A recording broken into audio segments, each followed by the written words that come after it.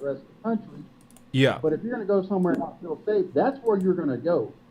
I can go to Charleston, South Carolina, right up the road from me. I know what area to stay out of, but as long as I don't take and go to those areas, I don't feel unsafe because I might not be armed, but I can guarantee you there's quite a few law-abiding citizens around me that are. So if someone wanted to take and try something, if there's not a cop with them, somebody's pulling a gun out. Yeah. So I think there's a lot of misconceptions as far as how things are here, just like I think there's a lot of misconceptions from Americans about the UK itself. I've solved the audio, guys, on YouTube. It should be working now. So yeah, I agree with what you're saying. A lot of things, like I said, this is the point I was making before, is that a lot of things that are rare, they get misrepresented as if they're common, and people lose their heads. And it's like this is a place of 350, 360 million people. You know, not everyone is experiencing these things, and nobody ever wants to talk about the things that are actually happening in the average case. Guys, yep, it looks like we've got confirmation that the YouTube audio is better. So if you want to watch us on YouTube, if you prefer YouTube, if you've got YouTube Premium and you want to walk around and have, you know, the show going on in your pocket, it's at State of Deception on YouTube, and we are back. W in the chat for the YouTube being back. Can we stream in 1080p as well? We can go 1080p, kind of. Okay, so thank you everyone who's telling me about the YouTube. The Eclectic, thanks for your perspective. I'm going to drop you down. We got another couple people that want to join. So guys, it looks like audio-wise we're looking good.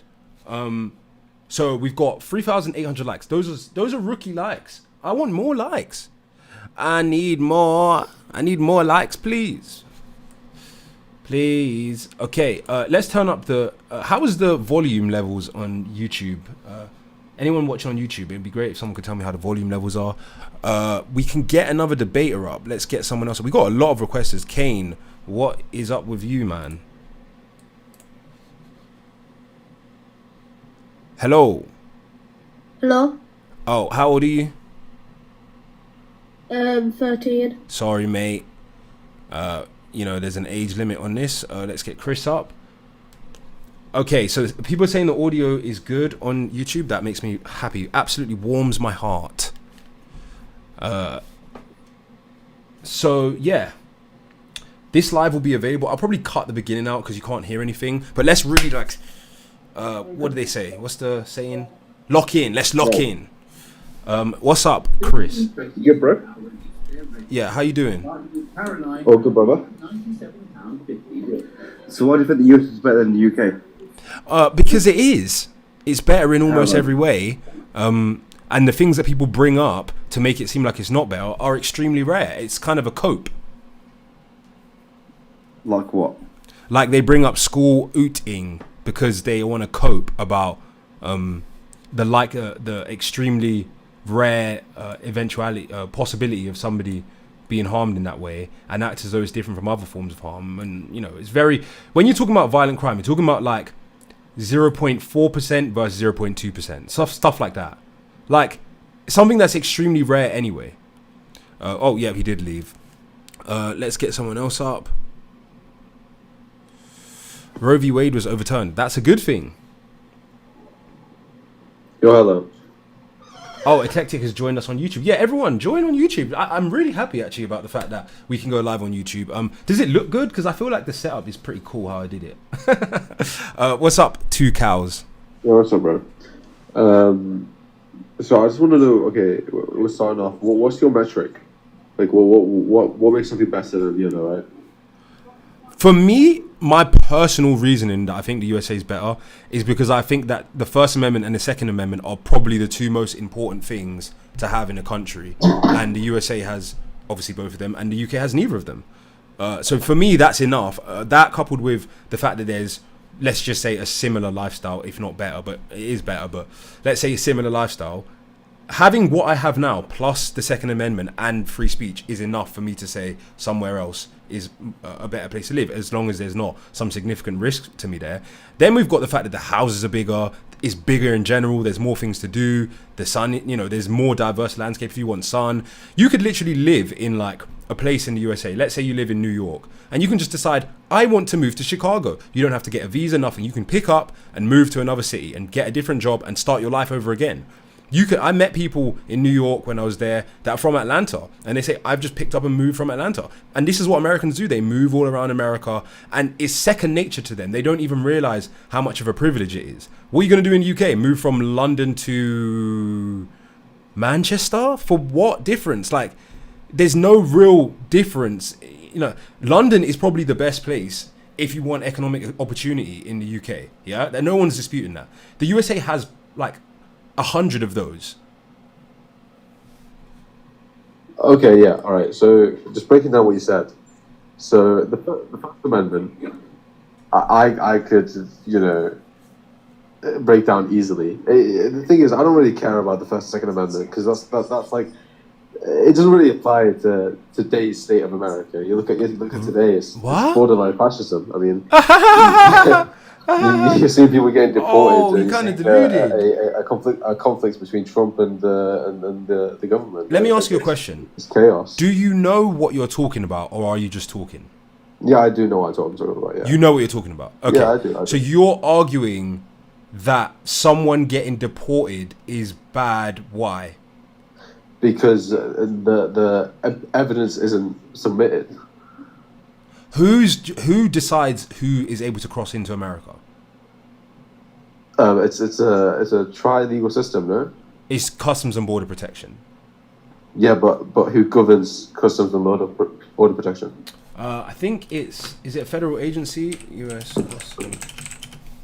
Yeah, it's a federal agency. So the federal under the hold on. No, you asked me a question. Hold on. So it's U.S. Customs and Border Protection. They're a federal law enforcement agency under the Department of Homeland Security. So they decide who is allowed to be in the United States. It's at their discretion.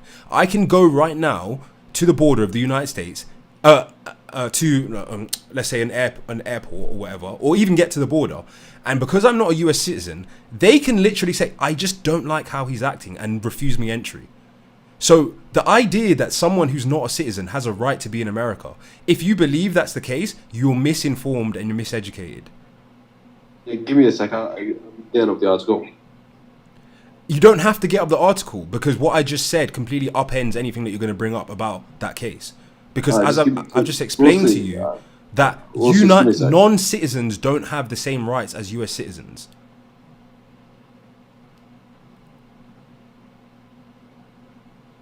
I thought you knew what you were talking about, but you have to kind of look up an argument. Yeah, okay. I can't remember the specific case, but there was a specific case where, like, the judge was like, you know, there was a conflict between the judge's ruling and what Trump and ICE decided to do. But, like, even disregarding that, you can look at the pro-Palestinian activists, you know, the students who with the student visas who get deported. I mean, yeah, they're not citizens. That's yeah, but it doesn't matter. It does matter. No, it does matter. No, it is not unconstitutional. You don't know what you're talking about. How it's not? You don't know what you're talking about. Let's get somebody who knows what they're talking about. Is it not against? Let's get someone who knows what they're talking about, or at least can make an argument without just reaching. What's up, Big Buck? Hey, what's up, boss? How's it going? I'm good. How are you?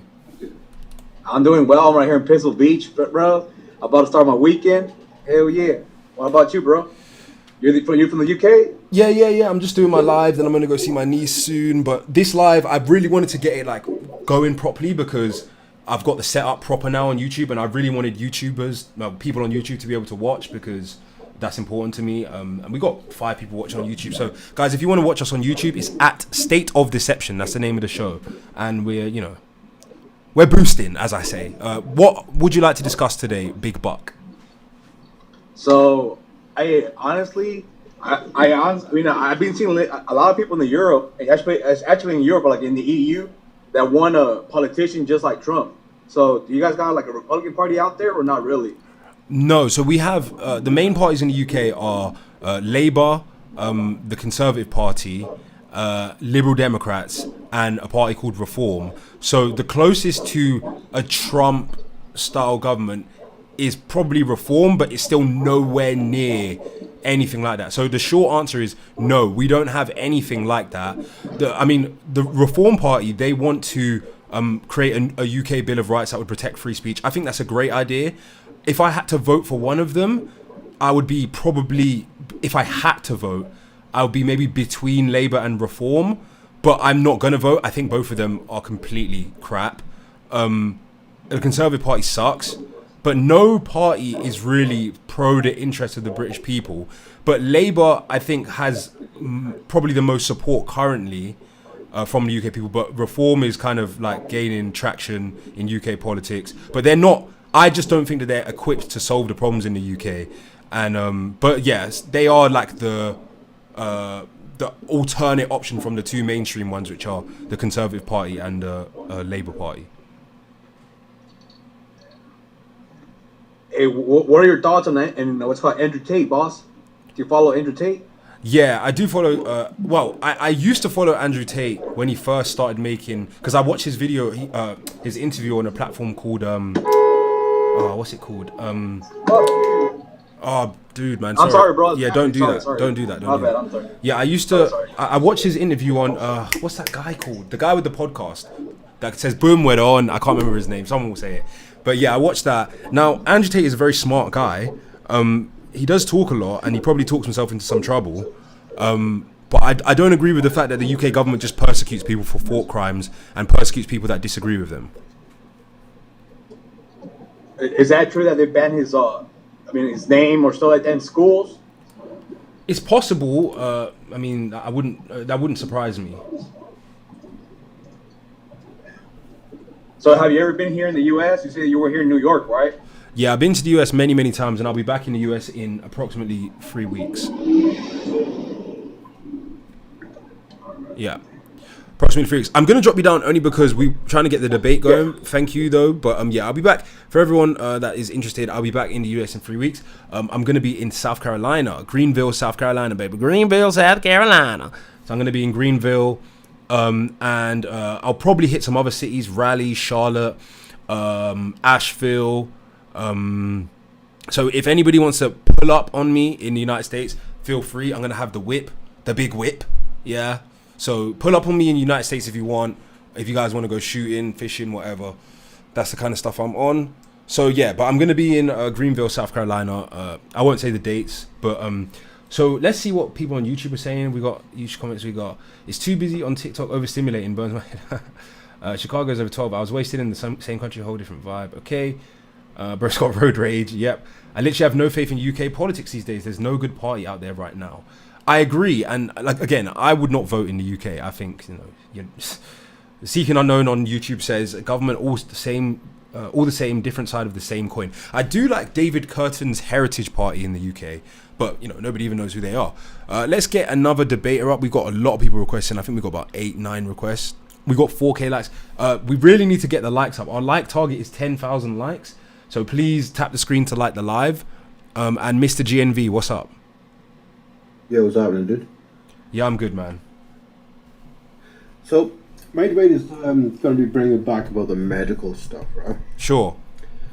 So, your argument was like Medicaid and stuff, yeah? What do you mean my argument was Medicaid? Well, I mentioned in your chat earlier saying about the NHS and whatnot, and your retort to that was Medicaid. Oh, I said I think Medicaid is better than the NHS. Well, this is where I'll begin to beg to differ on that aspect. Sure. Now, Medicaid is majoritively for low-income individuals, or low-income individuals. Yeah. And that actually doesn't cover all aspects of medical. They will refuse quite a lot of things, especially for those that are terminally ill. A lot of various different things like prescription drugs, physical therapy, occupational therapy, they will and can and will turn those away, meaning that the patients are going to be out of pocket for those things. Do you realise that the NHS can also deny people treatment and turn them away for treatment? The only times the NHS will actually turn someone away for treatment is if they're being belligerent within the confines of the building. And it's quite a low threshold for them to... So first of all, it's quite a low threshold for them to refuse you treatment. And second of all, I'm talking about even if you haven't been belligerent, they can deny you... Like, for example, let's say that there's a rare treatment for a condition. They can say, no, we don't want you to have that and stop you from having it. They do they basically weigh up whether it's a reasonable thing for them to provide for you. So they can also deny you The care. NHS, right? Yes. Yeah, but in instances like that, then they will then transfer you to a private company, which they will then foot the bill. No, that's not true.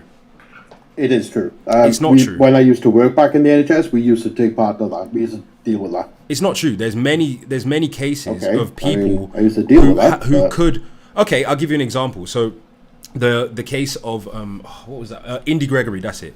Baby Indy Gregory. There was a treatment available for Indy Gregory in Italy, and the NHS petitioned. So this case went to court. The father wanted to take the baby away from Nottingham University Hospitals Trust to another hospital in Italy. The other hospital in Italy accepted the baby on a provisional basis, said, yep, bring the baby over. The NHS blocked that father from being able to get the alternate treatment for the child, and then they appealed to the court, and the court agreed. They turned off the life support for the child, and the baby passed away. So the NHS can Branch of the refuse... NHS was that? Sorry? What branch of the NHS was that? That was Nottingham University Hospitals Trust. So neonatal. Okay, well, that could have been What- obviously a lawsuit waiting to happen. Could have been We're not children's supposed to do that, but No, there's no lawsuit. It's not about lawsuit. They can deny you care. That's the point I'm making. yeah, but it's like if they do deny care, then there's going to be a reason behind it and a reason for it. They won't just turn around and say, "Oh no, it's too expensive," or "You don't need it." Of course they You know, can. they won't just shut you down. Of course they do. That's why there's a waiting list.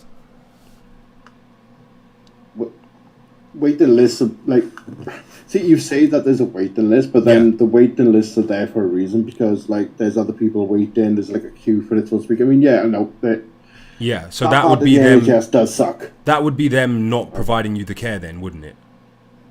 I mean, to an extent, yes, but Yeah. also no, because there are many other people that are waiting for that particular kind of treatment as well, Which and they means can't that- exactly deal with everyone at the same time. That's the problem. I mean- that's exactly what I'm Well, talking yeah, about. I get that, but I mean, at the end of the day, you've got to understand as well that the UK is like, you could fit like, what, 6 UKs within the size of Texas for kind of... But like, why whatever are the heck you it is. pretending that And I mean, Why are you pretending that the waiting list is not one of the biggest health crises in the history of the UK? I'm not pretending that, I just agreed You're with you down, that there is a waiting but you're list. downplaying it And as I- if it's like, oh, no big deal. But no, when it no. comes to the American It's- healthcare system, you think it's a big deal. But the waiting list is far more of a problem than any issues in the American healthcare system. You don't dispute that the waiting list is a problem, and that is a problem that does need to be resolved. Yeah, Inevitably. I mean, that's something that cannot be denied. but that's I why it's mean- better in the United States. That's the point. Because there isn't a waiting list in the No, United States. that can't be that can't be the be all end all of why that makes it better. I No, mean, it's better in terms of there's it's actually reasons better in that- terms of it's better on every metric in terms of the quality of hospitals, the quality of care provided, the medical research, the medical technology. It is objectively Okay, better. The then only argument you would how have we- is that it's more expensive, but it's No, not actually it's not. more expensive for the average American because they pay a smaller percentage of their salary towards healthcare than the average UK citizen does. But my retort to that will then be the World Health Order. World Health Organization, you mean? Yeah, sorry, organization. I had something else totally in my brain there, that last word of order. Yeah. But yeah, the World Health Organization, right? America left those, correct? Sure. Right? What was the reasoning behind it when the World Health Organization are there to help govern the rules and the stability and safety of medications, yeah? Okay. Now, not all, but a large majority of medication that is given to Americans and sold to Americans are literally banned in the rest of the world because they're classified as unsafe and dangerous. Like what? they, Name one. Okay, 1 second. I just had a list of them here. And the World Health Organization is not responsible for determining what medications are given to the public. They play a crucial role in setting the standards and guidelines for them. It's people like the FDA and the MHRA which actually do that. Yeah, but they don't have to The follow World Health them. So Organization helps regulate it. a country doesn't have to follow the directives of the World Health Organization. No, they don't have to, So but they- so they're they there don't- to they're set not- standards. Yeah, but they're not But responsible for that's- anything. They don't have to follow those directives.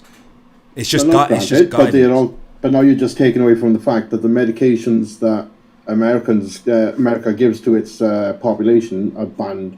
Like what? in, Name you one. know, Well, that's what I was just trying to find out. But I literally Okay. being stupid and close the thing. But there are medications. You can look it up yourself. Okay, let's look it up right now. So, what Yeah. medications can Americans get that are banned in the UK? The rest of the world, not just the UK. Well, we're talking about the UK right now. Okay, sure. So, because obviously there's regulation in the United States as well. So, Yeah, of course it is. So- So why would says America find Sibu- those safe, but the rest Sibutramine- of the world not? sibutramine, this weight loss drug, was withdrawn from the UK and EU markets due to increased cardiovascular risk. It was also removed from the US markets. Okay, so banned in the UK, Falcodine, but it doesn't say whether it's banned in the USA or not. It says ranitidine was suspended in the UK and EU, while some US versions were recalled. Ranitidine remains available in certain markets. So this is not, there's no, and then all these other ones are still available: pseudoephedrine, diphenhydramine, Benadryl, and alprazolam. All of these are available in the UK as well. So you haven't been able to really give a single example, and I haven't even been able to find a single example. It says maybe ranitidine. I mean, from a cursory quick search, no. I did have a list open, but I closed it stupidly, and that's my mistake, which now obviously messes up my retort. But I mean, if I was given time, then I could bring up that list again, but I'd have to do more research into it. But there are numerous amounts more than what's just been stated. I don't think so. I mean, that's fine. I mean, you're allowed to think whatever you want to, but it's, it is. Someone said misoprostol is banned in America. It literally uses, isn't that the abortion pill? That's not banned in America. It's that abortion itself is only allowed under certain circumstances, depending on the state that you're in, which is a good thing. So it's not actually the drug that's banned, even though it's obviously poison. Well, yeah. Okay, let's get someone else up. Thanks for your perspective. Good talking, dude. Yeah, I think there's a real big problem in the UK. There's a real big problem with people not realizing the seriousness of some of the issues that exist in the UK. People act like the waiting list is not a big deal. You're 13 times more likely to die on an NHS waiting list than you are waiting for, than you are because you don't have health insurance in the USA. So that is a really, really, really big deal. There are numerous people making documentaries in the UK about how the healthcare system is essentially mass emming people. The medical negligence is through the roof in the NHS. It's much higher than in the United States. You have much less recourse. The average payout in the UK when there's medical negligence is like 1/5 or 1/8 of the average payout in the USA. So when things go wrong, you're not even being compensated. Then there's a secondary victims judgment, which severely restricts family members of people whose relatives are unalived by the NHS from getting justice and compensation. The healthcare system situation in the UK is dire, and all you hear from the mainstream media is, "Oh, America bad, America bad." Trust me, you would much rather deal with the American healthcare system than what's going on in the NHS right now. But they don't want to tell you this stuff. They want you to believe America bad, America bad. That's the only rhetoric you ever hear. Let's get someone else up. We got 72 people in the live, guys. Tap the screen. We got 4,000 likes. Come on, guys. I need 100 likes from everyone. That'll give us 10,000 more likes. So tap the screen to like the live and follow us on YouTube at State of Deception. You can watch these live streams at State of Deception. What's up? Hey, how's it going? Yeah, I'm good. Yeah, so I've never lived in the UK, but I lived in both in the US and Canada, so I can speak to, I fully agree with one point that you said about how the media portrays the United States. It's absolutely false. Yeah. When you compare, I think Canada as a Commonwealth is probably relatively similar to the UK. So I can speak to the Canadian healthcare system, which is an absolute disaster. And it was exposed heavily during COVID. I mean, even the NHS, we've seen how heavily it was exposed. While the United States, even at its peak, nothing really happened because, their system is, I wouldn't say perfect. Nothing is perfect in the end. I mean, when you compare, for example, the wealth gap in the United States, it is significant, but I can tell you, I fully agree that you're much better off in the United States. And I can speak to one experience, for example. During COVID, I went to the ER in Canada, I waited for 23 hours, and basically I didn't even see a doctor in the end. That was in 2022 versus the United States. I live in Texas now. I work in tech.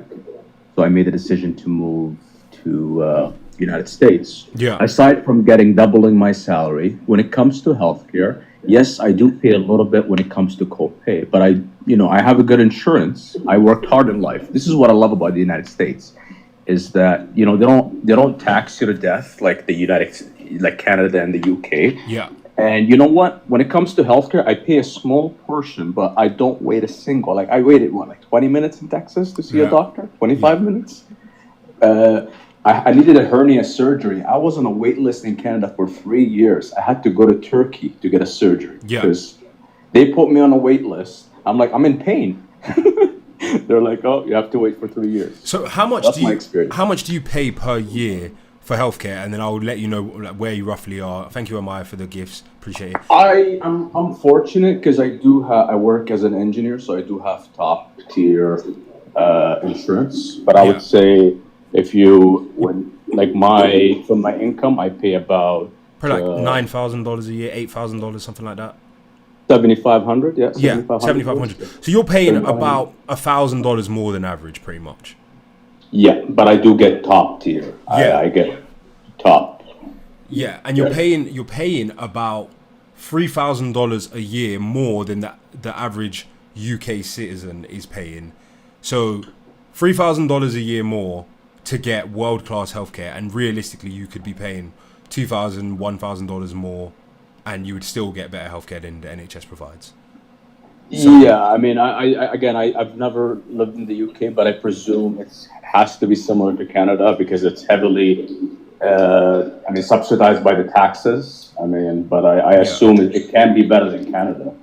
It's single pay. It's actually completely subsidized. So it's and the USA is not a private healthcare system. It's a mixed public-private healthcare system, similar to like Ireland and some other countries. So I don't know why it's like the poster child for private healthcare when it doesn't even have a private healthcare system. It has a mixed private healthcare system. And there are countries with a private healthcare system, but nobody ever talks about those because everybody always wants to S on America because they're jealous, basically. Either jealous or ignorant. That's the two things. I think one thing, again, like no system is perfect. I think Germany, I like the Germany and South Korea system, where you have access to both private and public. Yeah, I agree. United States, one thing I'll note, and I fully agree with, the wealth gap is significant in the United States, but you do have that opportunity. Business-friendly environment where, you know what, if you want to work hard, you will get rewarded. You're not going to get taxed to death like in Canada and the UK. If you want to open a business, and honestly, in Canada, United States, and the UK, they're just going to tax you to death. It's like you're working to pay for all those free services. Like in Canada, they just wanted free dental care. Like they call dental care a human right. Are you kidding me? No.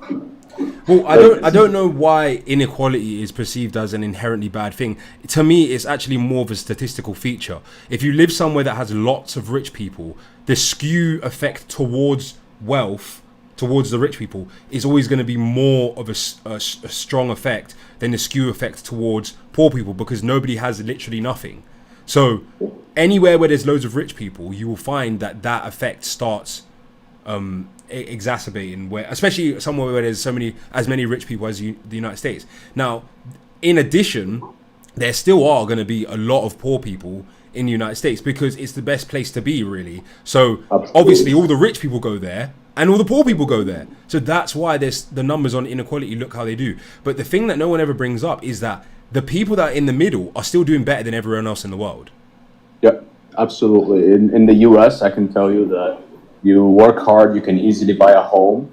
As much as the media like to portray the United States, I would say it is the best country to live in by far.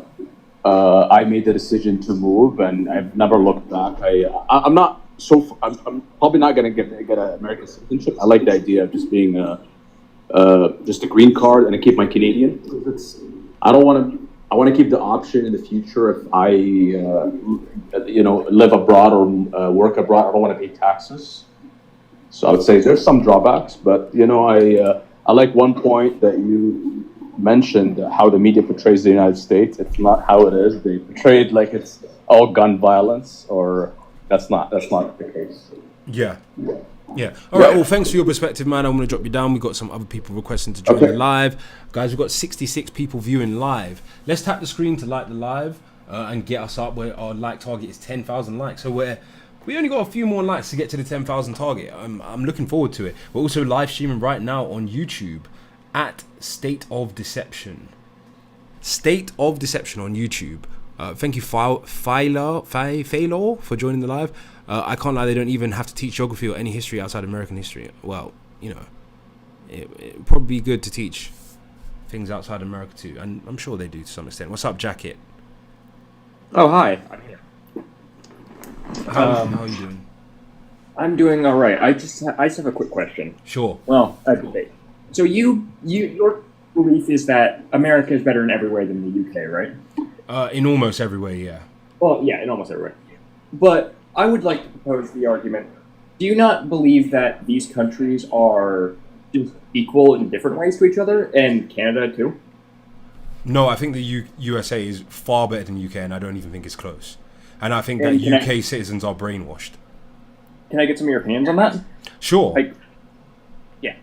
So, you know, if you want to own a home, if you want to pass wealth down to your progeny, if you want economic opportunity, if you want freedom, which is, on all those things are things that everybody wants, it's better to be in the United States. Where's the argument? That's fair points, but like, do you not see there can be benefits for some people for choosing the UK to the USA? I can see that for some people the UK might be better, but most of those people would be people who are outliers, I'd say. So for the average person, it's better to be in the United States.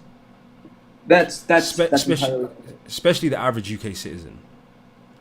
that's entirely fair. That was really all I wanted to get. I just wanted to do that, and that's why. Okay, fair enough. I mean, like, if they said right now, you know, if you're from the UK, you're now able to move to the USA, which I think would be a great idea to do some kind of exchange program. I genuinely think there would be a mass exodus of people from the UK. And I think what would happen is, at first, people would scoff at it, ho, ho, ho, ho, ho. Then when their friends and family start moving over to the USA and realize how much better it is, there would be a mass exodus of people from the UK. And there would not be a mass movement of people from the USA to the UK. That's fair. All right. Yeah. All right. Thank you so much. So we've got, what are the numbers looking at now? We've got 67 people. Guys, tap the screen. If you tap the screen, we can hit our like goal of 10,000 likes. Someone said no one cares about history. History matters, doesn't it? So What's up, dude? you okay? Yeah, I'm not bad, mate. How are you? I'm good. Are you going to be shilling the UK and pretending that it's better than the USA? Not everything's better, but most of it's better. Yeah, like what? So it's safer, it's cheaper. Okay. Okay, so do you know what discretionary income is? not really. Okay, so basically, if I give you £100 and things cost £3, yeah, Yeah. and then let's say in another scenario, I give you £50 and things cost £2, who's better off? The £100. Yeah, that's the parallel between the UK and the USA. All right. But also, I wanted to talk about freedom. America's law. They haven't signed the Human Rights Act Why do they need the Human Rights Act? to protect human rights. What rights does the Human Rights Act protect that are not protected rights in the United States? Well, they haven't signed it. I don't know what exactly, but they haven't signed it, so it can be. Don't you think that matters when you're making the point that you're making? Yeah, it probably does. So it's objective. It's an objective fact that the average US citizen, in fact, US citizens, period, have more rights than UK citizens. There are no rights that UK citizens have that US citizens don't have. freedom of speech in America. Yeah, you have guaranteed freedom of speech protections in the USA, and you don't have them in the UK. Okay, well, freedom of speech isn't in America. Yes, it is. It's the place with the best freedom of speech protections in the world. So why are people being deported and sent back to England after trying to come to America for terrorism, apparently? Because they're not US citizens, and it's at the discretion of Customs and Border Protection who they want to deport. If they were Yeah, US they sent them back because what they said about Trump. I don't agree with them being deported, but it is a fact that if you're not a US citizen, you can be deported for virtually any reason. Yes, but they were also kept for 19 days in an ICE facility. But are they US citizens? No, but the point Were they is, suspected of committing a crime? because of what they said with their words. No. But I'm saying you're probably conflating loads of different cases, because all of the people that bring up these cases, they always like mix and match information from each case. The one woman I'm on about. Was she a US citizen? No, she was from the UK. So she got deported, right? Yes. So what does that have to do with the rights that US citizens have versus Because the reason she got deported for. But you know that a US citizen can't be deported. Well, they have been deported recently. How can you be deported if you're a US citizen? Exactly, you can't. But the ICE facility sent off, what was it, 2 children and a wife. Is that because they entered the country illegally? Yes. No, they were US citizens and they thought they were illegal. Their parents entered the country illegally, so they got deported and they chose to take the kids with them. But they were US citizens. But they chose to take the kids with them because they didn't want to leave the country with their kids there when they got deported. Yeah, that's perfectly fine, but the reason they were deported as US citizens, you've just said to me. They weren't deported, their parents were deported, and they chose to take and their they children. were US citizens. Dude, their parents weren't US citizens. They were. No, they weren't. They crossed the border illegally. There they have. But okay, we'll go back to what's their name? Let's look it up right now. God, search it up. No, you just brought it up, so tell me what the name of the person you're talking about is. I don't know the name, no. I know the story. Come on, bro. God, sorry, I don't have the facts next to me. Come on, bro. People always bringing up these cases, and they don't even know the cases that they're talking about. Oh, you don't have free speech in America, you can be deported. If you're not a citizen, yeah, you can be deported. If you go to the border right now and start acting funny at the border, they can just not let you in the country. You think if I go to the American border right now and start going, don't like black people, don't like, or anything that a silly person would say at the border, if someone said that at a border, TikTok, please don't ban me, because that wasn't me saying that, what you think I said. If somebody went to a border and said something bad about even a racial group, the Customs and Border Protection could be like, we're not letting you in. Like, do people not understand how borders work? If you go to the border and you just start acting funny at the border, they cannot let you in. It's at the discretion of Customs and Border Protection who they let into the country. If you get granted visa status, you're not a citizen. So you don't have the rights of a citizen. Like, why is it hard for people to understand? I don't understand why that's hard to understand. Hello. Hello, what's up? Hi. I'm a U.S. citizen. Great. All right. So, rather than approaching this from the standpoint of, oh, I'm a U.S. citizen, let's approach this from a worldview, okay? Not just how we perceive ourselves. Okay. When you look at, this is a harsh way to think, but when you look at war, who do you think is the most likely to come out with conflict? Come out of conflict? With conflict, not of. You mean like who's most likely to get involved in a conflict? Exactly. Who's the most likely to start the conflict? Depends what you mean by start, but definitely the United States will be involved in terms of their foreign policy in a lot of different conflicts. Exactly. Yeah. No matter who starts the war, notice how the USA will always put in. We have one of the highest discretionary military spendings, and I've got about 78.3 billion reasons why. Yeah. Most countries will flee to us for safety.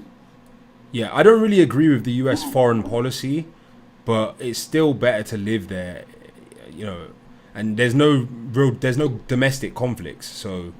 Not really. And someone mentioned earlier that there's less violence in the UK, which is a load of crap. The statistics suggest. Let's just put it this way: the stats suggest that the violent crime rate is much higher than in the UK, and I believe that that is the case. And that is the case, but you know why, right? Why is that? Because we are a way bigger country. Just to put it into dynamics, you can fit Ireland, Scotland, and Wales all in just the state of Virginia. And that's one of the smaller states in the United States. So it's obviously a percentage likelihood or percentage rate. So the size of the country doesn't affect the value in that regard. But I do agree that because of the size of the country, if you have multiple hotspots of gang violence, the skew effect of that is massive. So what happens in the United States is you have vast swaths of land which are safer than the UK, and then you have like, let's say 70 places with extremely high like gang violence, like 7-10 times what the the average violence rate is, and then that skews the rate of violence so that people think, oh my god, it's so much more violent, but it's actually only so much more violent in certain places, and then everywhere else is safer than the UK. Exactly. It's like you can't judge, similar to you can't judge all of the UK based on the crime in London. It doesn't work like that. But that also applies to the UK in that most of the UK is very safe, and then there's certain places that are unsafe. So that's how, yeah. But again, skew in these discussions, skew is a really big thing that people don't like to. It's hard to explain why skew sometimes matters and sometimes doesn't matter. And I think I would suffice it to say that skew matters a lot when you're dealing with something that's very rare. So if the thing isn't very rare, then the skew isn't that big of a deal. Like, for example, when you're talking about inequality, well, most people generally have money. So the skew effect of people having loads of money doesn't really have much bearing on whether it's better, because, again, for the average person, it's better in terms of money. But skew matters a lot when you're talking about something very, very rare, like violent crime, because it's like, it's already very, very rare. So one place with a crazy high violent crime rate can just throw the statistic off in a crazy way. Do you get it? Absolutely. It's like comparing with London to the UK is Chicago to the United States for us. Yeah, and even Chicago, there's places that are way more violent than Chicago. Oh yeah, absolutely. Chicago is a better place to live. My parents are from Florida, I know. Chicago is better to live in than London. 100%. Okay, well, I'm going to drop you down. Let's see if we can finally get to our 10k like target. Have we got any UK citizens that want to debate? We still got 2 requests. Let's see if these requests will come up. I doubt it. 37 states allow child marriage, over half the country. Do they really? I don't believe that they allow child marriage. They may have laws that have, like, what do they call it? Romeo and Juliet laws, but I don't think there's any state that allows child marriage, and isn't it federally illegal anyway? So what's the federal age of consent? I think is there a federal age of consent? Definitely there are no states that are allowing child marriage like that. Maybe like Utah might have like some relaxed states. Child marriage in the United States.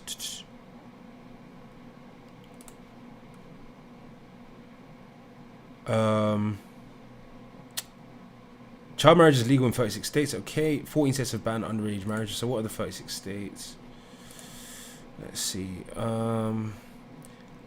Unchained found the 10 states with the highest rate. So Nevada, Idaho, Arkansas. Oh no, these aren't the states that allow it. I think this is. Wait, hold on. 13 states have banned underage marriage with no exceptions. The first was Delaware, then came... Oh, no. As of June 2024, in the states, they have set a marriage age by statute. The lower minimum marriage age, when all exceptions are taken into account, are 4 states have no minimum age, 2 states have a minimum age of 15, 21 states have a minimum age of 16, 10 states minimum age of 17, and 13 states have a minimum age of 18.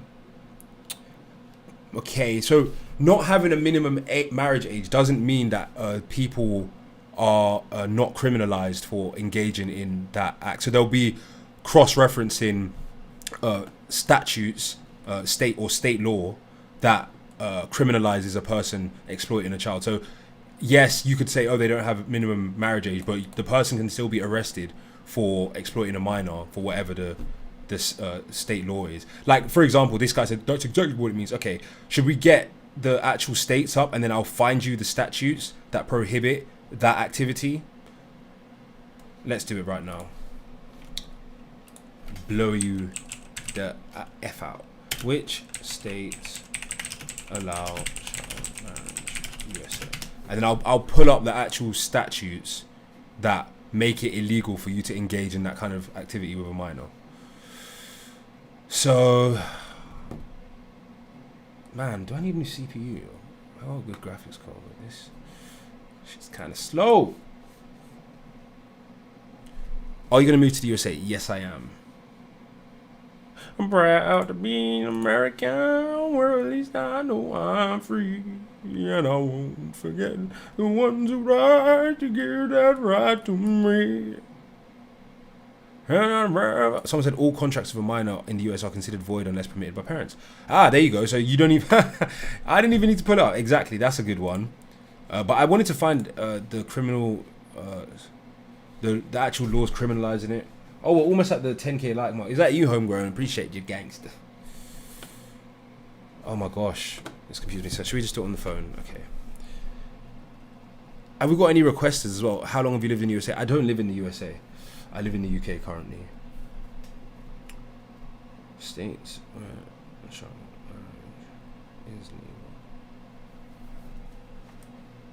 How long have we been live for? 1:26. Tech says he requests to speak. Okay. I can't see your request, Tech. I'll invite you and it should let you on. What state do I want to live in? South Carolina, North Carolina, Georgia, one of those. What's up? There was no request button. Oh, I see. Hey Google, stop all the music. So how can you claim this, but you've never lived here? Your computer is leaving a lot of unanswered questions. I have lived in I'm the United 47 now. I have lived in the United States. So tell me what you know, young man. I have lived in the United States. So you're already wrong. What do you know, young man? Tell me what you know.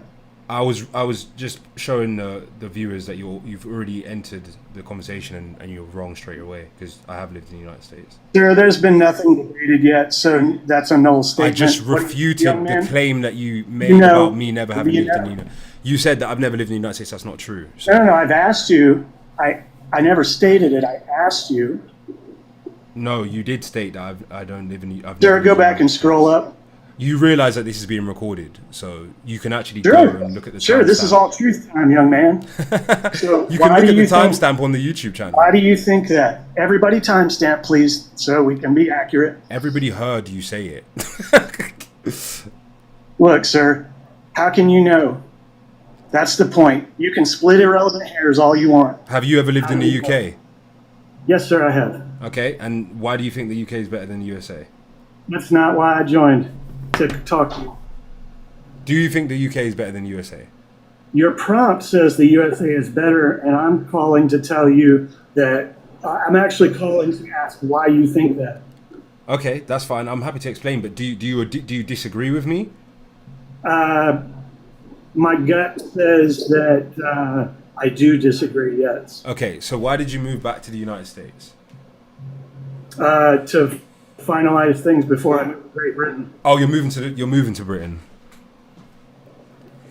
Okay, and what state are you moving from? Nevada. Okay, moving from Nevada. I'm assuming you live in Reno or Vegas somewhere. Yeah. I live in Las Vegas, if that's your question. Yeah. So you think that it would be better? What city are you thinking of moving to in the UK? Say again, it's hard to hear you, sir. What city are you thinking of moving to in the UK? Well, I'm moving to the city that has a friend living in it. Just say like what major city is near it. Like what? Like. Why do you ask? Because I want to compare where you're moving from to where you're moving to.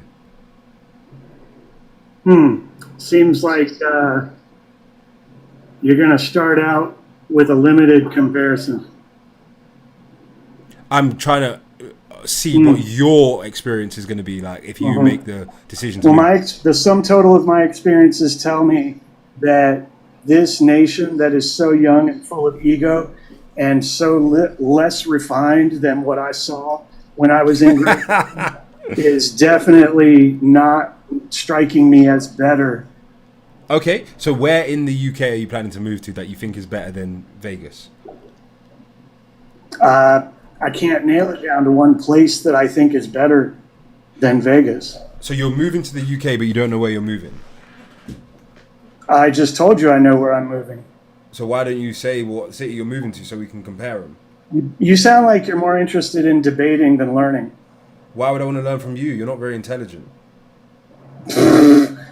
Try again, young man. You can't even make a coherent point. I just made a bunch of coherent points. Do you think that because you're older that means that you're smarter? I think because I'm older, I have more years of experience, and I also think because I've experienced both locations that I have more experience. But I've also experienced both locations. You just said you have not lived in the UK, so maybe the phrasing was wrong. Have you? I'm literally from the UK. Excuse me, sir, I'm misspeaking. You just said you have not lived in the United States. So did you mean to say that you have vacation? I've lived the in United both States? the United States and the UK. Well, maybe something was misheard, but so I'm just not seeing it. So are you going to make an actual point? You've said you're moving to the UK. You're not saying where you're moving to. You've not said what makes the UK better than the USA. And then you've refused to actually state whether you think that the UK is better. You just said you're inclined to disagree, but you're not substantiating why you disagree. You seem to be selectively listening. You're not substantiating why you disagree. I've just repeated every point that you've attempted to make. No shit, I haven't substantiated it. So you're just talking because I nonsense. haven't had to. I literally just told you that the literal, right? Okay, this guy doesn't want to actually make any points. Fish with Jay, I don't know if it's going to come up when you... this guy's like wasting time, like as if I can't just boot him off the live and get someone else that wants to talk. What the hell? What the helly? What the heliante? What the helly, Bron James?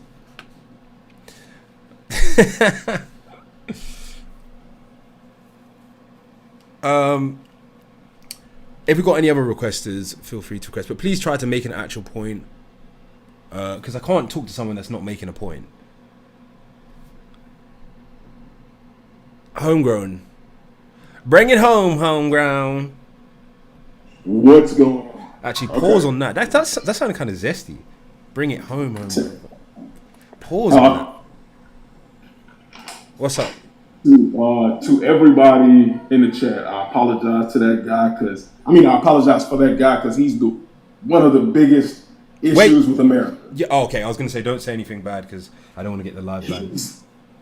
Stuck in an old, ignorant mindset, and he thinks just because he's lived a little bit longer that he's more intelligent or somehow above someone else. And he just gave a 120-second long display as to why he's dumber than just about everybody in the chat, including people who are from the UK that are ignorant about what actually goes on in the US. Because how you sit there and you ask somebody if they live in America and you answer no because you don't live in America, but then assume that you've never lived in America. Yeah. Like poor comprehension skills. Indicative of deteriorating mental state, potentially dementia. Right, and he got on rambling. The first he asked one question. He vaguely allowed you to answer, and then he goes, and then makes a lot of brash assumptions. But you know what they say about assumptions? You make an ass of yourself, which is exactly what he did. And this is why it's important, everybody, to consume highly nutrient-dense foods, don't consume drugs, don't consume alcohol, and keep your mental faculties sharp, because otherwise you start to deteriorate in ways that are not obvious to yourself as you age. And if you don't have people around you that can help you to see that you're not being coherent, then you end up making a fool of yourself. Yeah, and he basically wanted to get up there to just have something to do because I don't think he has very many people to communicate with on average, because from the way that he was, I guess, waffling about, as a lot of people would say, you could honestly tell he was making a lot of false claims. I'm from the United States. I want to move to the UK, but I have no idea of where I want to move. Trying to be covert, as if somebody was going to be looking for him.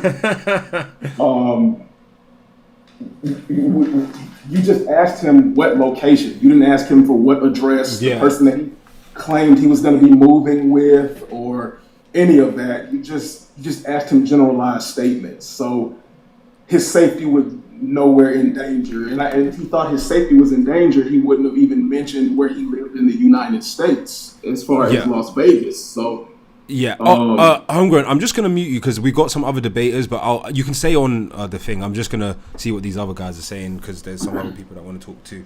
What's up, Jake? What's up, fellas? How you guys doing? Yeah, we good.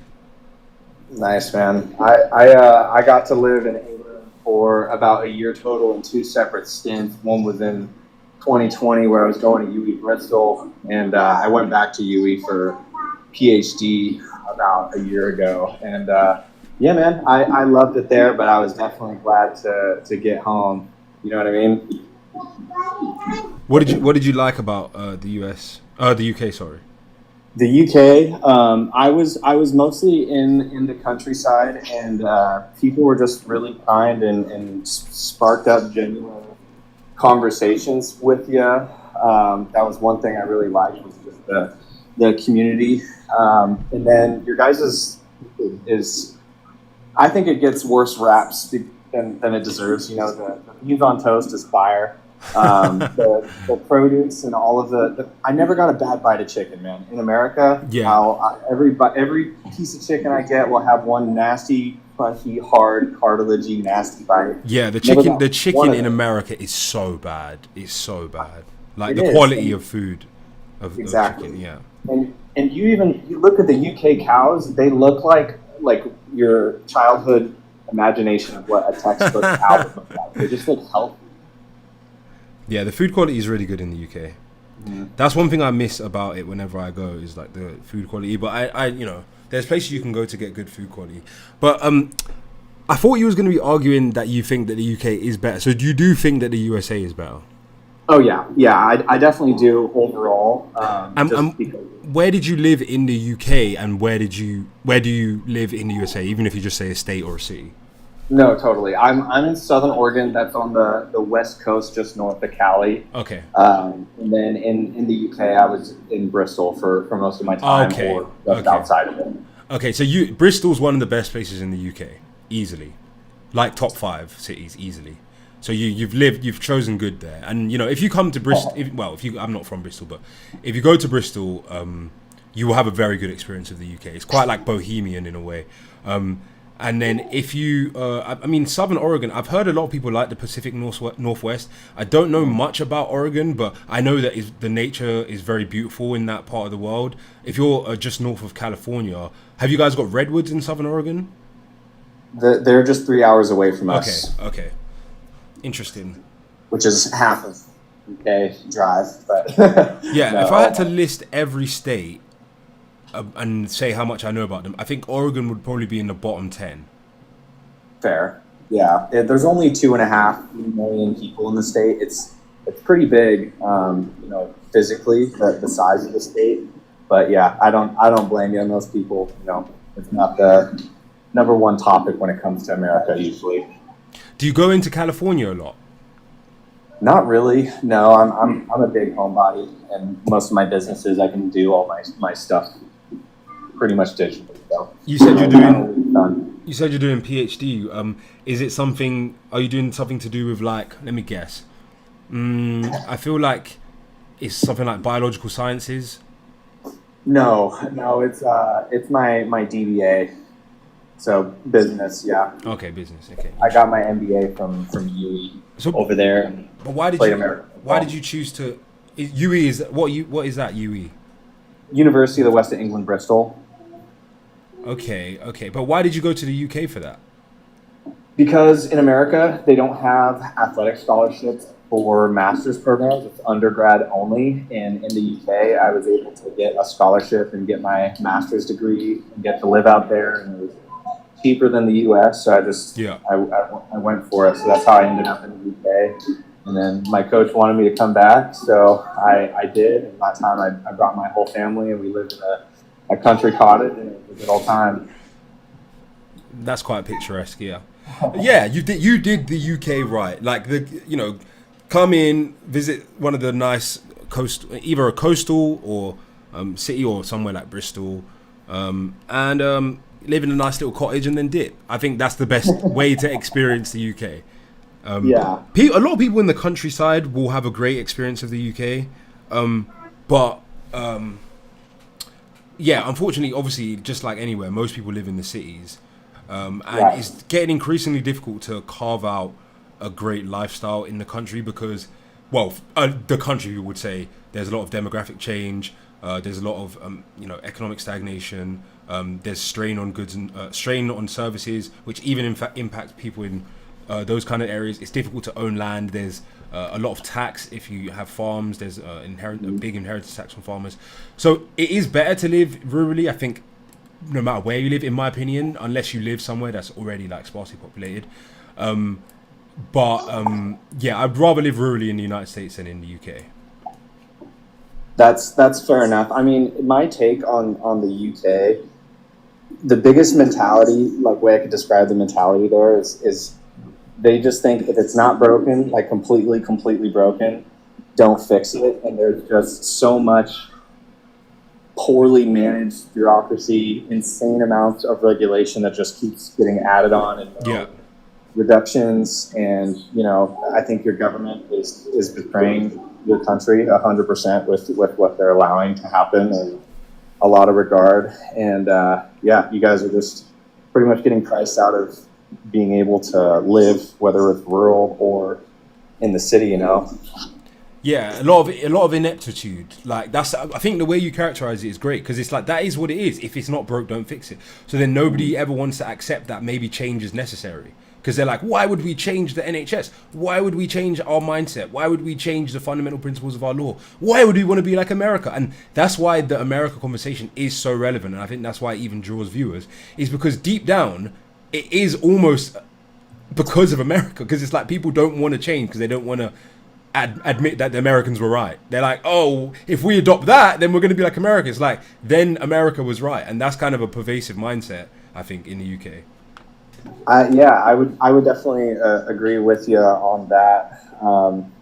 And it's hard, we take up a lot of rent in the UK people's minds, and the US doesn't really think about other countries very much, as it is, unless they're actually a diplomat and doing foreign policy and stuff like that. We're just we're huge over here, It's like our own continent almost, it's not, but we're as big as Europe, It's a big country. It's funny as well because there's so many like champagne socialists in the UK, and I just find it so ironic because it's like they don't even realize that if they were a champagne socialist in the USA, they'd be better at even being a champagne socialist. Like you could move to New England and have a lovely life as a champagne socialist, or even certain places in California or certain suburbs of Chicago. You don't have to stay in the UK if you want to be like live that lifestyle and have that mentality. You could actually do it better somewhere else, but. Yeah, ironically, of course, they wouldn't. They characterize the whole USA as if it's all one way, but it's just not. Right. There's so many different cultures even within, one country. But I got a question for you. If it's sure. If it's too political, whatever, we can move on. But what do you think about what's currently happening as far as the mass amounts of illegal migration? Muhammad being the number one male name in the UK, and just all the stuff going on. So there's not mass amounts of illegal migration. There's definitely mass amounts of so-called legal migration.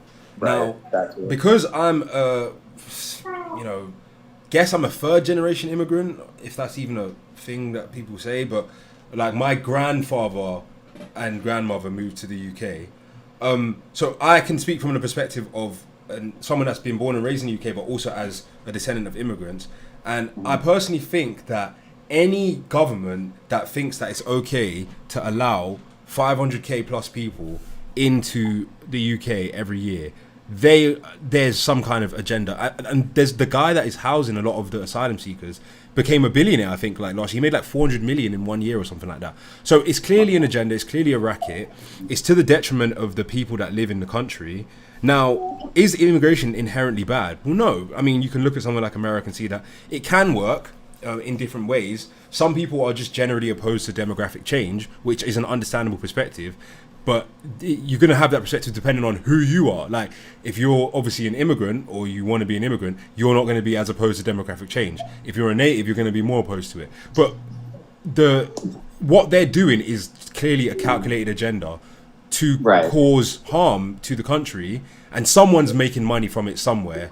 And I think it's unfortunate because then you get organizations capitalizing on the hysteria around it, and then that can even breed discontent and racial conflict in the population, and nobody wants that. But if they didn't betray the population in that way in the first place, then there wouldn't be all of the conflict, would there?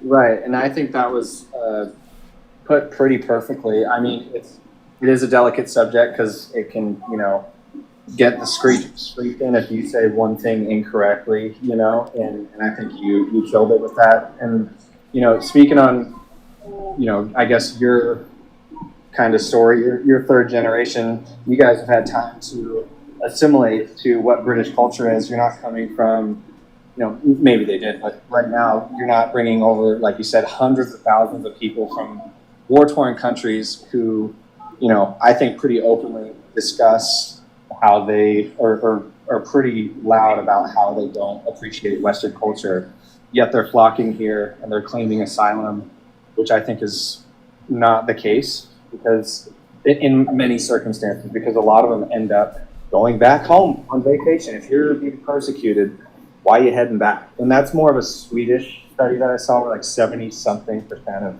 of the asylum seekers come home on holiday. So I can only imagine the rest, like the same things happening throughout the rest of Europe, Yeah, there's a lot of abuse of the immigration system, but like I say, I'm schizophrenic in that regard because I want to be an immigrant to America. So it's like I can't really, close the borders. Like, let me in and then close the borders. Well, you're not coming in caravans of 20 million people, unvetted, unchecked, into the country, that are ruining it for everyone else. And now I think a big pendulum is swinging where people are rising up and saying, hey, we don't want all of these people who don't assimilate to our culture in our country. I wouldn't say they're ruining it for everyone else. I'd say it can cause strain on the population and it can cause conflict, but it's a nuanced issue. I meant ruining it for the people who are waiting in line. Oh, okay, I see what you mean. Yeah. Okay, well, I'm actually going to draw the live to a close there. Thanks, everyone, for your perspectives. Thanks, Homegrown, for your continued support. We're trying to build our platform on YouTube. Everyone, subscribe on YouTube at State of Deception. And you'll see, we got a nice little setup. Did you see it on YouTube, Homegrown? Yeah, I saw it. It looks good. Do you think it looks good? Okay, cool. Because that's how we're going to be running it from now on. So thanks everyone for joining the live. We're going to do some other topics soon. This topic seems to be like the best one to discuss, but I do want to branch out into other debates. So we're going to keep it going. But thanks everyone. I'm going to go and see my family and my niece and eat something today because I've barely eaten. Respect and peace. Blessings and love, everyone. Much love. Later, man. Fun chatting with you. Yeah, take care, everyone. Okay, YouTube watchers, thank you for your continued support. I hope the live is okay. This live is going to be available on YouTube, and soon we'll be chopping it up like a brick into other small clips that hopefully we can get some traction with. So thanks everyone for viewing. We're going to stop the stream just now. Prometheus subbed, thank you so much. Now, how many subs have we got? Should we check the sub count? Actually, I might not make this live available only because the beginning of it was all muted. We've ended it on TikTok, but let's just see. Hold on. We got 172 subs. Okay, cool. We're good. Take care, everyone. Let's